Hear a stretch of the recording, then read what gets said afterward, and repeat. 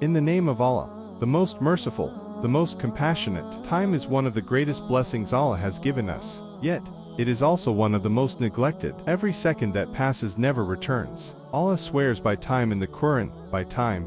Indeed, mankind is in loss, except those who believe, do righteous deeds, and advise each other to truth and patience. This means most people are losing, not because they lack wealth, but because they waste time. Ask yourself honestly, how much time do we waste daily? Hours on phones, endless scrolling, unnecessary conversations, and yet we say we don't have time for Quran. The Prophet said, there are two blessings, which many people waste, health and free time. Think about that. Free time is not empty time. It is a test. Your life is made of days. Your days are made of hours. And your hours are made of moments. Using time wisely doesn't mean being busy all the time. It means being intentional. Plan your day. Give time to Salah, Quran, knowledge, family, halal work. Balance is part of Islam. The early Muslims valued time like gold.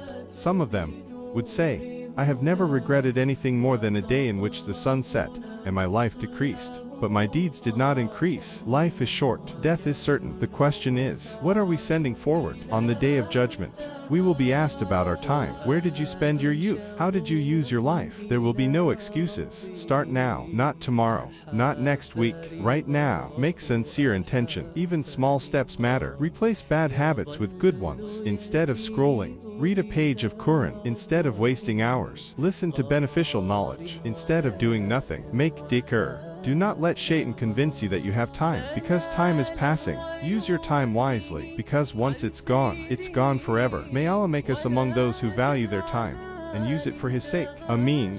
If this reminder benefited you, share it with others.